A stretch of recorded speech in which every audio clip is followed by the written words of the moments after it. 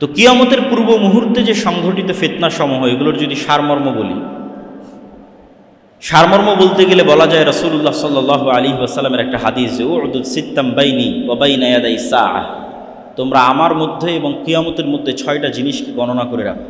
এক নম্বর হচ্ছে মাউতি, আমার মৃত্যু। রাসূল সাল্লাল্লাহু আলাইহি ওয়াসাল্লামের প্রেরিত হওয়াই পৃথিবীর সবচেয়ে বড় কিয়ামতের আলামত। কেন আগে যত নবী চলে গেছে সব নবীর পর মানুষ আর এক নবীর অপেক্ষা করেছে। মুহাম্মদ সাল্লাল্লাহু আলাইহি ওয়াসাল্লাম যেহেতু শেষ নবী, সেহেতু আর দ্বিতীয় কোনো নবীর অপেক্ষা নেই, এখন অপেক্ষা শুধু কিয়ামতের। অতএব কিয়ামতের সবচেয়ে বড় আলামত অতিক্রম হওয়া 1400 বছর পার হয়ে গেছে, সেটা হচ্ছে মুহাম্মদ সাল্লাল্লাহু আলাইহি ওয়াসাল্লামের পৃথিবীতে প্রেরিত হওয়া এবং তার মৃত্যু। তারপর রাসূল সাল্লাল্লাহু আলাইহি ওয়াসাল্লাম বললেন মসজিদে আকসার বিজয়, তারপরে বললেন ভয়ঙ্কর মহামারী, যে মহামারীতে পৃথিবীর মানুষ মৃত্যুবরণ করে প্রায় শেষ হয়ে যাওয়ার মতো হয়ে যাবে, নাই বরাবর হয়ে যাবে। তারপর রাসূল সাল্লাল্লাহু আলাইহি ওয়াসাল্লাম বলেন এমন ধন সম্পদের আধিক্য যে মানুষের কাছে 100 দিরহাম এবং 100 দিনার অনেক কম মনে হবে। তারপরে বললেন ফিতনাতুন, এমন এক ফিতনা যেই ফিতনা থেকে আরবের কোনো ঘর মুক্ত থাকবে না। লা ইয়াবকা মিনহু বাইতুম মিনাল আরব, আরবের কোনো ঘর এই ফিতনা থেকে মুক্ত থাকবে না। ফিতনা শব্দটি কোরআন এবং হাদিসে যখনই ব্যবহৃত হয়েছে, বেশিরভাগ ক্ষেত্রে মারামারি, গণ্ডগোল, কাটাকাটি, যুদ্ধ ইত্যাদির ক্ষেত্রে ব্যবহৃত হয়েছে। ফলত এটিই বেশি সঠিক অর্থ যে এমন ফিতনা মানে এমন ভয়ঙ্কর যুদ্ধ, যে যুদ্ধে আরবের প্রত্যেকটা ঘর অংশগ্রহণ করবে। তারপর রাসূল সাল্লাল্লাহু আলাইহি ওয়াসাল্লাম বলেন হুদনাতুন বাইনাকুম ওয়া বাইনার রোম, একটা চুক্তি হবে যে চুক্তি তোমাদের এবং রোমানদের মধ্যে হবে। রোমান কারা, এটা নিয়ে অনেক মতভেদ আছে। আজকের ইউরোপ রোমান না আজকের রাশিয়া রোমান না আজকের আমেরিকা রোমান, কিন্তু মতভেদ থাকলেও এতটুকু নিশ্চিত যে খ্রিস্টানদের সাথে মুসলমানদের একটা চুক্তি হবে। সেটা আমেরিকার খ্রিস্টান না ইউরোপের খ্রিস্টান না রাশিয়ার খ্রিস্টান, সেটা মতভেদ থাকতে পারে। যুগের পরিবর্তনে মানুষ এই হাদিসকে এক একভাবে বুঝতে পারে। আজ থেকে 500 বছর আগে একভাবে বুঝতো, যখন ক্রুসেডারদের সাথে যুদ্ধ হতো তখন একভাবে বুঝতো, তখন তো মনে করতো যে এই হাদিস বাস্তবায়ন হয়ে গেছে। আর এখন হয়তো আমরা আর একভাবে বুঝতেছি। তো খ্রিস্টানদের সাথে মুসলমানদের একটা চুক্তি হবে, তথা আরবের ভয়ঙ্কর গৃহযুদ্ধের ধারাবাহিকতায় খ্রিস্টানদের সাথে মুসলমানদের একটা চুক্তি হবে, যে চুক্তির ভিত্তিতে তারা তৃতীয় কোনো শক্তির বিরুদ্ধে যুদ্ধ করবে এবং সেই তৃতীয় শক্তির বিরুদ্ধে যুদ্ধে ওই তৃতীয় শক্তি পরাজিত হবে। সেই তৃতীয় শক্তি কারা তাই কোরআন এবং হাদিসে উল্লেখ নাই। সেই তৃতীয় শক্তি ইহুদিরা, সেই তৃতীয় শক্তি হিন্দুরা, সেই তৃতীয় শক্তি চায়নার মতো যারা বুদ্ধিস্ট, তারা আল্লাহু আ'লাম। তৃতীয় শক্তির বিরুদ্ধে বিজয়ী হওয়ার পর খ্রিস্টানদের একজন মানুষ ক্রুশকে উঁচিয়ে ধরে বলবে ক্রুশের বিজয় হোক। তখন আর এক মুসলিম উঠে সেটাকে ভেঙে দিবে অথবা ওই ব্যক্তিকে হত্যা করবে।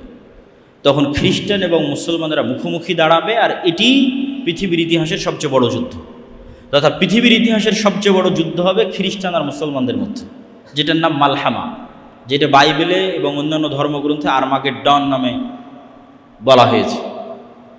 এবং পৃথিবীর সব ধর্মের মানুষ একজন মাসিহের অপেক্ষা করতেছে। মাসিহ মানে উদ্ধারকারী, বিপদ থেকে উদ্ধারকারী। মাসিহাদ দাজ্জালও বিপদ থেকে উদ্ধারকারী, ঈসা মাসিহও বিপদ থেকে উদ্ধারকারী। এবং দুইজনের নামেই মাসিহ লাগানো আছে, ঈসা মাসিহ এবং মাসিহাদ দাজ্জাল। কোরআন এবং হাদিসে এই দুইজনের নামে মাসিহ লাগানো আছে, বিপদ থেকে উদ্ধারকারী। একজন মিথ্যা বিপদ থেকে উদ্ধারকারী, আর একজন সত্য বিপদ থেকে উদ্ধারকারী। এই জন্য ইহুদি হোক, খ্রিস্টান হোক, মুসলমান হোক, সবাই কিয়ামতের পূর্ব মুহূর্তে একজন মাসিহের অপেক্ষায়।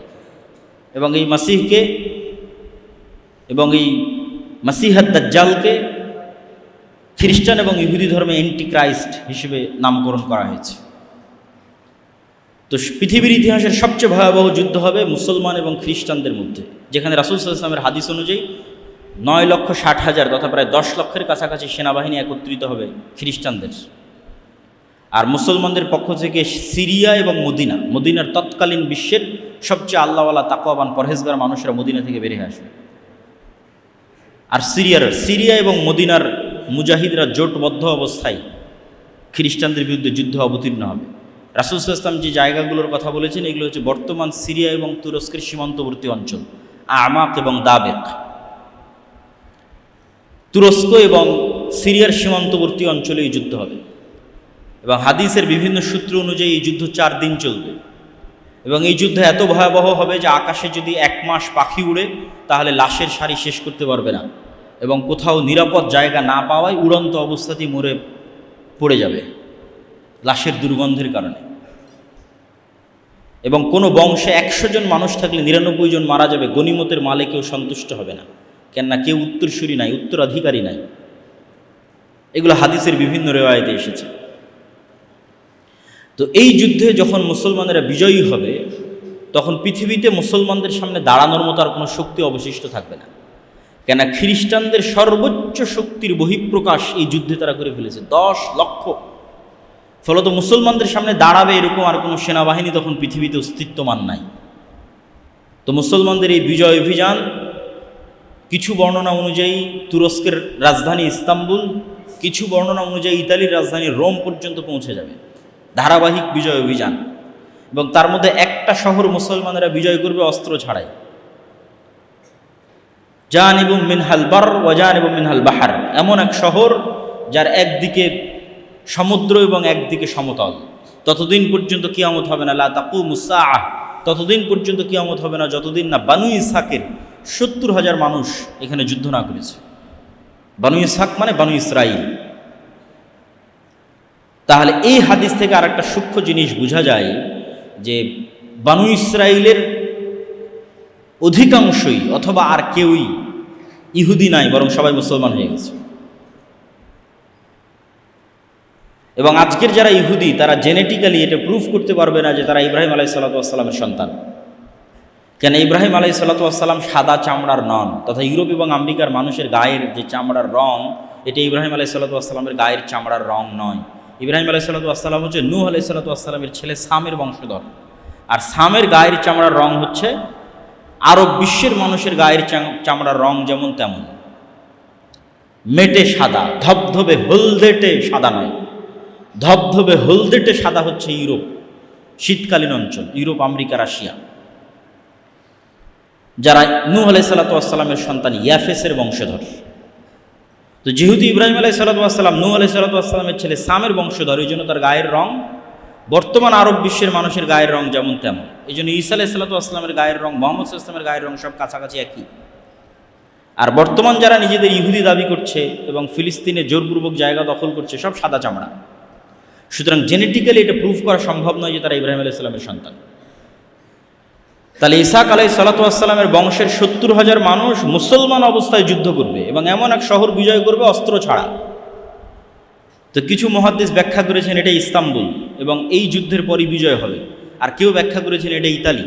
কেন কিছু জয়ীফ হাদিসে বর্ণিত আছে যে রাসূল সাল্লাল্লাহু আলাইহি ওয়াসাল্লামকে জিজ্ঞেস করা হলো যে মুসলমানরা আগে ইতালির রাজধানী রোম বিজয় করবে না কুস্তুনতুনিয়া বিজয় করবে। রাসূল সাল্লাল্লাহু আলাইহি ওয়াসাল্লাম বললেন আগে কুস্তুনতুনিয়া বিজয় করবে, তারপরে রোম বিজয় করবে। তো ওখান থেকে অনেকেই ব্যাখ্যা নিয়েছেন যে এটি হচ্ছে ইতালির রাজধানী রোম। এবং যুক্তিতে কেন টিকবে, আসলে এত বিশাল যুদ্ধের পর পৃথিবীতে আর মুসলমানদের সামনে দাঁড়ানোর মতো কোনো অস্তিত্বশীল শক্তি নাই। এবং মুসলমানদের এই বিজয় অভিযানের কারণে ইহুদি এবং খ্রিস্টানরা বিপদগ্রস্ত থাকবে, কেন মুসলমানরা সব বিজয় করে নিয়েছে। মসজিদ আকসা বিজয় করে ফেলেছে, ইউরোপ বিজয় করে ফেলেছে, ভারত বিজয় করে ফেলেছে। এগুলো অনেক হাদিস থেকে একত্রিত করে আমি বলতেছি, এগুলো প্রত্যেকটা কথার পিছনে বিভিন্ন হাদিস আছে। তো যেহেতু মুসলমানদের সামনে আর কোনো বাধাই নাই, সব বিজয় করে ফেলেছে, মসজিদে আকসা, ভারত, ইউরোপ সব বিজয় করেছে, তো ইহুদি খ্রিস্টানরা তো বিপদে। তো এই জন্য এবার তাদেরকে উদ্ধার করার জন্য, বিশেষ করে ইহুদিদেরকে উদ্ধার করার জন্য দাজ্জালের আগমন হবে। এবং দাজ্জাল মুসলমানদের এই ভয়াবহ বিজয় অভিযানকে থামানোর জন্য শয়তান অদৃশ্য থেকে আওয়াজ দিবে, দাজ্জাল তোমাদের বাড়ি ঘরে প্রবেশ করেছে। এবং মুজাহিদরা তাদের এই বিজয় অভিযান থামিয়ে, কেন এটা পৃথিবীর ইতিহাসের সবচেয়ে ভয়াবহ ঘটনা যে দাজ্জাল বের হয়ে গেছে, শকিং নিউজ, এর চেয়ে ভয়ঙ্কর সংবাদ আর হতে পারে না। এই জন্য বিজয় অভিযান বাদ দিয়ে সব দামেশকে ফিরে আসবে খুঁজতে যে আসলে দাজ্জাল বের হয়েছে কিনা, কিন্তু ততদিনেও দাজ্জাল বের হয়নি। কিন্তু দামেশকে ফিরে আসতে আসতে অথবা ফিরে আসার পরপরই সত্যি সত্যি দাজ্জাল বের হয়ে যাবে। এবং দাজ্জাল বের হবে যেহেতু এক্সট্রা অর্ডিনারি, ভয়ঙ্কর, অমানবিক এবং অলৌকিক ক্ষমতা নিয়ে, যা মানুষের সাধ্যের মধ্যে নয়, এরকম ভয়াবহ অলৌকিক ক্ষমতা নিয়ে যেহেতু দাজ্জাল আসবে, সেহেতু নিমিষেই যেই মুমিন মুজাহিদরা বিশ্বের প্রায় সকল পরাশক্তিকে পরাজিত করে মুসলমানদের বিজয় নিশ্চিত করেছে, তারা নিমিষেই নিজেদের জন্য পৃথিবীকে সংকুচিত অবস্থায় পাবে এবং দাজ্জালের ফিতনা মোকাবেলা করার মতো কোনো শক্তি সামর্থ্য তাদের কাছে থাকবে না। এক হাদিসে রাসূল সাল্লাল্লাহু আলাইহি ওয়াসাল্লাম বলছেন, শামের কিছু ইরাক এবং শামের মধ্যবর্তী অঞ্চল দিয়ে দাজ্জাল যাবে, যাওয়ার সময় কোনো এক শহরে গিয়ে বলবে তোমরা আমার উপর ঈমান আনয়ন করো। তো ওই শহরের মানুষ ঈমান আনয়ন করবে, তখন ধন সম্পদ মৌমাছির চাকির সাথে যেভাবে ছুটে তাদের পিছনে সেভাবে ধন সম্পদ ছুটবে। আর শামের কোনো এক নগরীতে এসে বলবে আমার উপর ঈমান আনয়ন করো, তারা ঈমান আনয়ন করবে না। তখন আসমান এবং জমিন, ফসল উৎপাদন, বৃষ্টি বর্ষণ এমনভাবে বন্ধ করে দিবে যেহেতু পরিপূর্ণরূপে বৃষ্টি এবং মাটি দুটোই পানি শূন্য হয়ে গেছে, ফলত এখানে আর ঘাস পাতাও খাওয়ার সুযোগ নাই, ঘাস পাতা খাওয়ারও সুযোগ নেই। তখন একটাই সুযোগ, যেটা হাদিসেই বর্ণিত আছে, যে তাদের বাড়িতে রাখা বিভিন্ন কাঠের আসবাবপত্রকে চিবিয়ে চিবিয়ে সেখানকার মধ্যে থেকে রস বের করার চেষ্টা করবে। এত ভয়ঙ্কর দুর্ভিক্ষ দেখা দেবে। তাহলে দাজ্জাল আসার পরে মুমিন এবং মুজাহিদেরা বিপদে পড়ে গেল। তাহলে দাজ্জাল এসে কাদের উদ্ধার করলো? ইহুদি এবং খ্রিস্টানদের উদ্ধার করলো। এবার মুমিন এবং মুসলমান যারা আছে তাদেরকে বিপদ থেকে উদ্ধার করার জন্য ঈসা আলাইহিস সালাম আসবে। দাজ্জালের 40 দিন অতিক্রম হওয়ার যখন শেষ হবে তখন, এবং ঈসা আলাইহিস সালাম আল্লাহর পক্ষ থেকে আরও ব্যাপক অলৌকিক ক্ষমতার সাথে প্রেরিত হবে, যার অলৌকিক ক্ষমতার বর্ণনা বিভিন্ন হাদিসে এসেছে যে তার নিঃশ্বাসে কাফের মারা যাবে, নিঃশ্বাস যত দূর যাবে কাফের মারা যাবে। দাজ্জালকে হত্যা করতে হবে না, ঈসা আলাইহিস সালামকে দেখলেই লবণের মতো, লবণ যেভাবে পানিতে পড়লে গলে যায় সেভাবে গলে যাবে, কিন্তু তারপর ঈসা আলাইহিস সালাম তাকে হত্যা করবে। তো ঈসা আলাইহিস সালামের আগমন এবং দাজ্জালের পৃথিবীতে আগমন, এই দুইটাকে অনেক নাস্তিক, অনেক হাদিস অস্বীকারী বিভিন্ন যুক্তিতে অস্বীকার করতে চায়। তামিম আদ-দারির হাদিসে দাজ্জালের বিশাল দেহের কথা বলা আছে, দাজ্জালকে দ্বীপের মধ্যে দেখতে পাওয়ার কথা বলা আছে। তো এখন তো বিজ্ঞানের যুগ, সারা পৃথিবী মানুষের নিয়ন্ত্রণে, কোথায় দাজ্জাল? আর দাজ্জালের এত বিশাল দেহ কিভাবে হয়, আর কেমনি বা ঈসা আলাইহিস সালাম আসমান থেকে নেমে আসবে? তো এটা বিশ্বাস করা অত কঠিন কিছু নয় যদি মানুষের আগের অতীতের নলেজ থাকে। অতীতের নলেজ কি? আদম আলাইহিস সালামই তো নিজে স্বয়ং আসমান থেকে নেমে এসেছে, তাহলে আসমান থেকে নেমে আসা তো নতুন ঘটনা নয়, তো পুরাতন ঘটনা। মুহাম্মদ সাল্লাল্লাহু আলাইহি ওয়াসাল্লাম নিজে আসমান সফর করে এসেছে, তাহলে বিশ্বাস অনুযায়ী আসমানে যাওয়া এবং আসমান থেকে আসা পৃথিবীতে কোনো নতুন ঘটনা নয়, পুরাতন ঘটনা। যদি নতুন ঘটনা হতো তাহলে বিশ্বাস করতে কষ্ট হওয়া স্বাভাবিক, পুরাতন ঘটনা বিশ্বাস করতে কেন কষ্ট? আদম আলাইহিস সালামকে নিজে তিনি 60 হাত, প্রায় 30-35 মিটার, প্রায় 10 তলা বিল্ডিংয়ের সমান উঁচু। তা আদম আলাইহিস সালাম নিজেই যদি 10 তলা বিল্ডিংয়ের সমান উঁচু হয়, তাহলে তার কোনো সন্তান বৃহৎ দেহের হওয়া এটা তো অস্বাভাবিক কিছু নয়, অসম্ভব কিছু নয়, ইললজিক্যাল কিছু নয়, অবাস্তব কিছু নয়। তাহলে অতীত সম্পর্কে নলেজ থাকলে এই জিনিসগুলোর উপর প্রশ্ন উত্থাপন করা অযৌক্তিক। এবং দাজ্জালকে যখন হত্যা করা হবে তখন আল্লাহ সুবহানাহু ওয়া তাআলা ঈসা আলাইহিস সালামকে বলবে, যেই ফিতনা ওই মুমিন মুজাহিদরা অতিক্রম করতে পারেনি, যারা বিশ্ব বিজয় করেছে, সেই ফিতনা বিজয় করলো ঈসা আলাইহিস সালাম। এবার ঈসা আলাইহিস সালামকে বলা হচ্ছে এবার এমন ফিতনা বের হবে যা তুমিও পারবা না, তারা হচ্ছে ইয়াজুজ এবং মাজুজ। তুমি এখন মুমিন মুজাহিদদের নিয়ে তুর পাহাড়ে আশ্রয় নাও, তোমার পক্ষে সম্ভব নয় ফিতনা মোকাবেলা করা। তো ইয়াজুজ মাজুজও আদমের সন্তান, দাজ্জালও আদমের সন্তান, ঈসা আলাইহিস সালাম আদমের সন্তান। দাজ্জালও কোনো দেশের নাম দাজ্জাল নয়, কোনো এআই চ্যাট জিপিটি কোনো টেকনোলজির নাম দাজ্জাল নয়। দাজ্জাল মানুষ, আদমের সন্তান, এবং ইয়াজুজ মাজুজও মানুষ, আদমের সন্তান। ইয়াজুজ মাজুজের সংখ্যাধিক্যের পরিমাণ বুঝতে হলে রাসূল সাল্লাল্লাহু আলাইহি ওয়াসাল্লামের একটা সহিহ হাদিস মাথায় রাখতে হবে। আল্লাহ নবী বললেন আদম সন্তানের প্রত্যেক 1000-999 জন জাহান্নামী। তো সাহাবীরা দুশ্চিন্তায় পড়ে গেলেন যে 1000-এ যদি 999 জন জাহান্নামী হয় তাহলে তো আমরাও মানে আমাদের জান্নাতে যাওয়ার সম্ভাবনা কোথায়? তাহলে রিস্ক তো ভয়ঙ্কর, ভয়াবহ রিস্ক। 1000-এ 999 জন, একজন মাত্র জান্নাতে। তো রাসূল সাল্লাল্লাহু আলাইহি ওয়াসাল্লাম বলেন দুশ্চিন্তার কিছু নয়, এই 999 জনের অধিকাংশই ইয়াজুজ মাজুজ। তাহলে 999 জনের কতজন ইয়াজুজ মাজুজ তা রাসূল সাল্লাল্লাহু আলাইহি ওয়াসাল্লাম বলেননি। যদি 900 জন ইয়াজুজ মাজুজ হয় 999-এর, তাহলেও আদম থেকে নিয়ে কিয়ামত পর্যন্ত যা মানুষ আসবে তার অন্তত 900 গুণ হতে হবে ইয়াজুজ মাজুজকে। এখনকার পৃথিবীর 600 কোটি মানুষের 900 গুণ কথা বলিনি। আদম থেকে নিয়ে কিয়ামত পর্যন্ত যা মানুষ তার অন্তত 900 গুণ না হলে কেমনে 1999 900টা ইয়াজুজ মাজুজ হবে জাহান্নামে? তাহলে ইয়াজুজ মাজুজের সংখ্যা কত? তাহলে এত বিশাল ইয়াজুজ মাজুজ কোথায় আছে আর দাজ্জাল কোথায় আছে? এই বিশ্বাস মজবুত করার জন্য কয়েকটা জিনিস মাথায় রাখতে হবে। এক, আল্লাহ সুবহানাহু ওয়া তাআলা মানুষকে অনেক সীমাবদ্ধ শক্তি দিয়ে সৃষ্টি করেছেন এবং এটা আজকের বিজ্ঞানও স্বীকার করে। ডার্ক এনার্জি এবং ডার্ক ম্যাটার যে কেউ সার্চ দিলে দেখতে পাবে যে পৃথিবীর 2%ও মানুষ দেখতে পায় না, অনেক কম, 2 থেকে 5% মানুষ দেখতে পায়, বাকি 95%ই অদৃশ্য। আসমান এবং জমিনের মধ্যে যা কিছু আছে এটা বিজ্ঞান দাবি করতেছে। তো তারা নাম দিয়েছে ডার্ক ম্যাটার, ডার্ক এনার্জি। এবং বিজ্ঞান বলতেছে ডাইমেনশন, যে এক ডাইমেনশনের জিনিস আর এক ডাইমেনশনে থাকা জিনিসকে দেখতে পাবে না। এটা যদি আমরা আমাদের লাইফ দিয়ে বুঝতে চাই তাহলে একটা পিঁপড়া আমাকে কিভাবে দেখে আর আমি একটা পিঁপড়াকে কিভাবে দেখি, একটা কুকুর আমাকে কিভাবে দেখে আমি একটা কুকুরকে কিভাবে দেখি, তোমরা আমাকে এখন যেভাবে দেখতেছো, আপনারা আমাকে এখন যেভাবে দেখতেছেন, একটা কুকুর তো এভাবে দেখে না।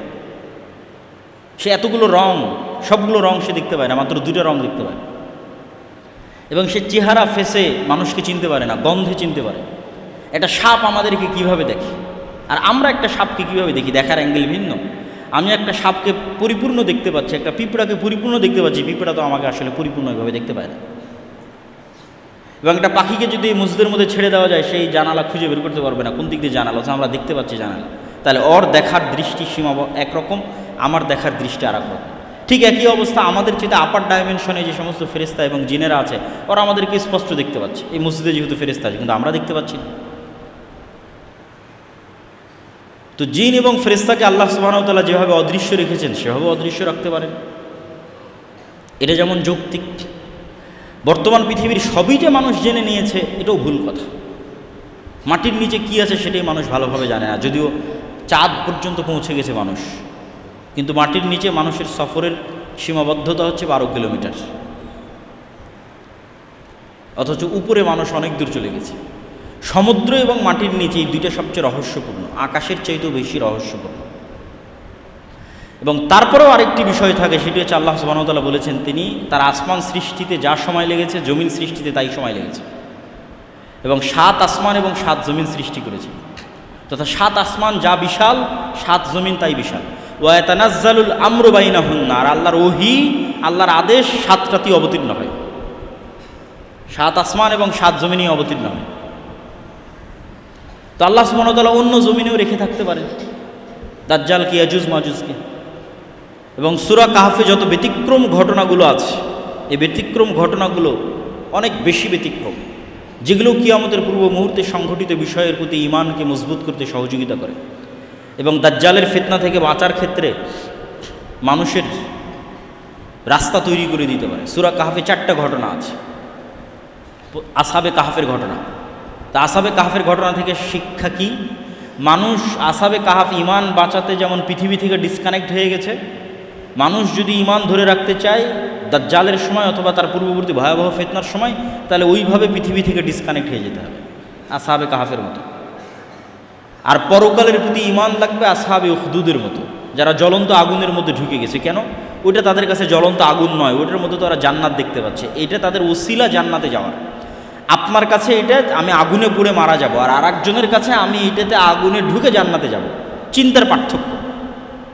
আপনার কাছে আরে এই ভয়াবহ আগুন, এই আগুনের মধ্যে ঢুকলে তো আমার অনেক কষ্ট, আর আরেকজন আর এই আগুনে ঢুকলে তো আমি জান্নাতে চলে যাব। তাহলে একজনের কাছে মৃত্যু জান্নাতে যাওয়ার ওসিলা, আর আরেকজনের কাছে মৃত্যু ভয়ের কারণ। এটাই তো বিশ্বাসের পার্থক্য। যার কাছে মৃত্যু জান্নাতে যাওয়ার ওসিলা, তথা যার পরকালের প্রতি বিশ্বাস মজবুত, তার কাছে মৃত্যু তো জান্নাতে যাওয়ার ওসিলা। তো এখন সামনে আগুন থাকুক আর যাই থাকুক সেটা তো বিষয় না। তাহলে পরকালের উপর ঈমান যত মজবুত ও আসহাবে উখদুদের মতো ব্যবহার করতে পারবে দাজ্জালের ফিতনার সময়, কেন? তার কাছে মৃত্যু জান্নাতে যাওয়ার ওসিলা। আর যার পরকালের উপর ঈমান নাই, দুনিয়ায় যার কাছে সব কিছু, অবৈধ 1 টাকার প্রতিও যার লোভ আছে, অবৈধ 1 টাকার উপরও যার লোভ আছে, তার পক্ষে দাজ্জালের ফিতনা থেকে বেঁচে থাকা সম্ভব না।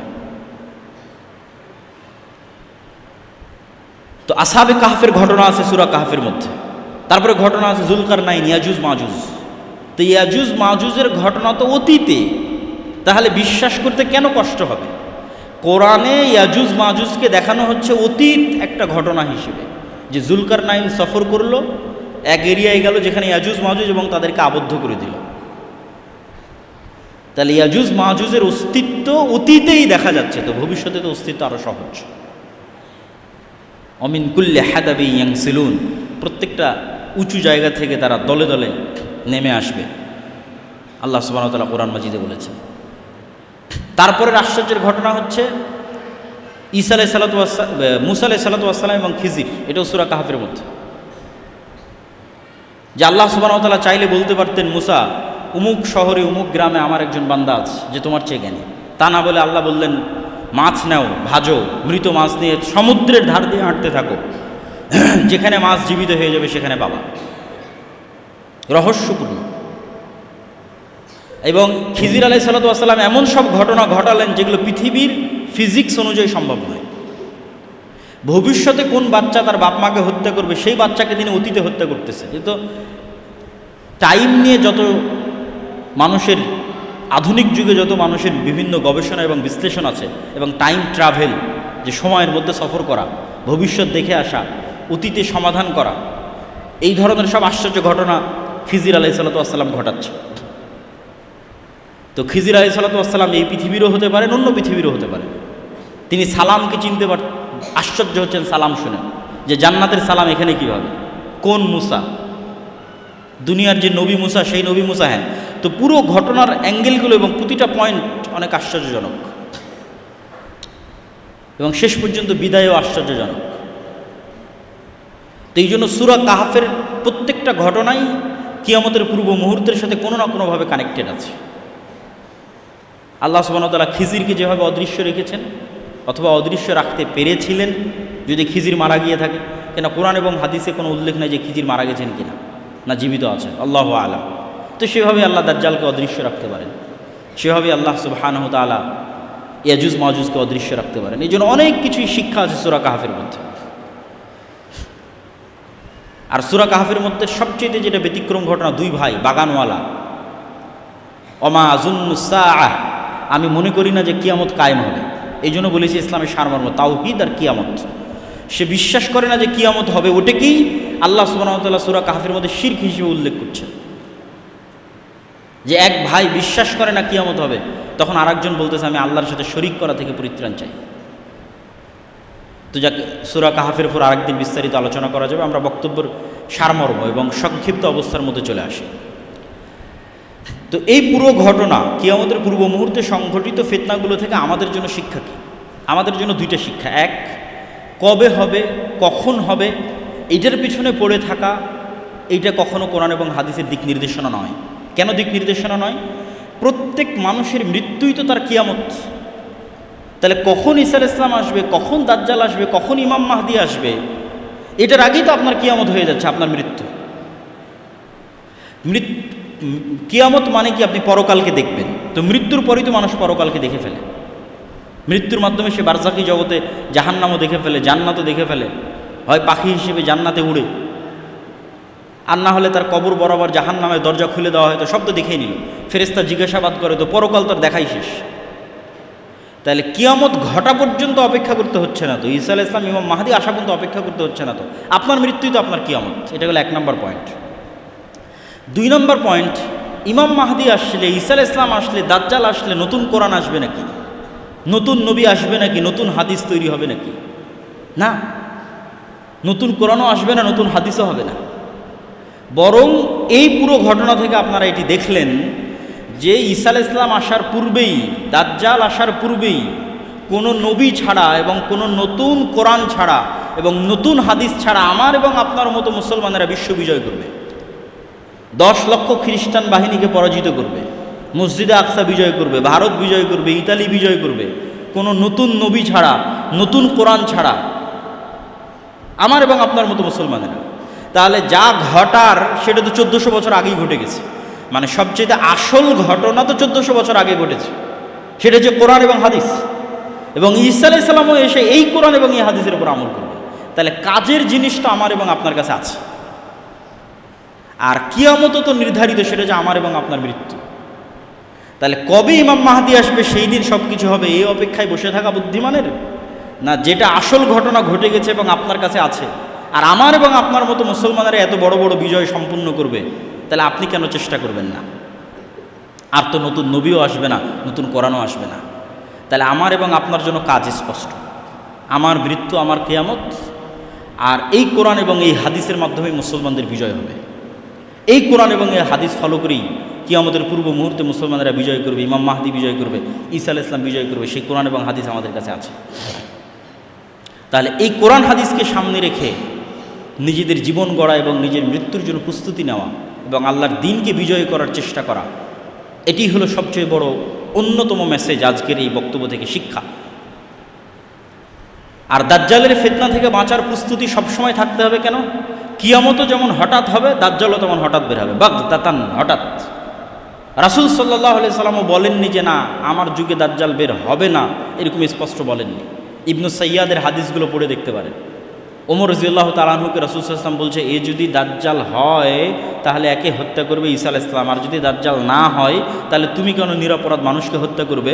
একবার রাসূল সাল্লাল্লাহু আলাইহি ওয়াসাল্লাম বললেন, আরে আমার যুগে আবার দাজ্জাল বের হয় নাকি? তথা দাজ্জাল যে কোনো মুহূর্তে যে কোনো সময় বের হয়ে যেতে পারে, বাগদাতান, কিয়ামত হঠাৎ হবে। তো দাজ্জালের ফিতনা থেকে বাঁচার জন্য যেমন আল্লাহ সুবহানাহু ওয়া তাআলার কাছে দোয়া করতে হবে, ঠিক তেমনি যেই কারণে আপনি দাজ্জালের ফিতনা থেকে বাঁচবেন, ওই ধরনের দাজ্জালীয় ফিতনা, দাজ্জালুনা কাজ্জাবুনা, আসল দাজ্জালের আগে আরও 30টা দাজ্জালুনা কাজ্জাবুনা বের হবে। তো এই জন্য সত্য মিথ্যার সংমিশ্রণ এবং মুসলমানদের উপর বিপদ আসতেই থাকবে। এই জন্য ইমানের পরীক্ষায় ওই সেম জিনিসগুলোই কাজে দেবে। তাওহীদ, পুনরুত্থানের উপর মজবুত বিশ্বাস, আল্লাহর উপর মজবুত বিশ্বাস, পুনরুত্থানের উপর মজবুত বিশ্বাস। এবং বিশ্বাসকে মজবুত করার জন্যই আমাদের যে সংক্ষিপ্ত একটা লেখনী আছে আল্লাহর পথে যাত্রা, এটি শুধু এই উদ্দেশ্যেই লেখা।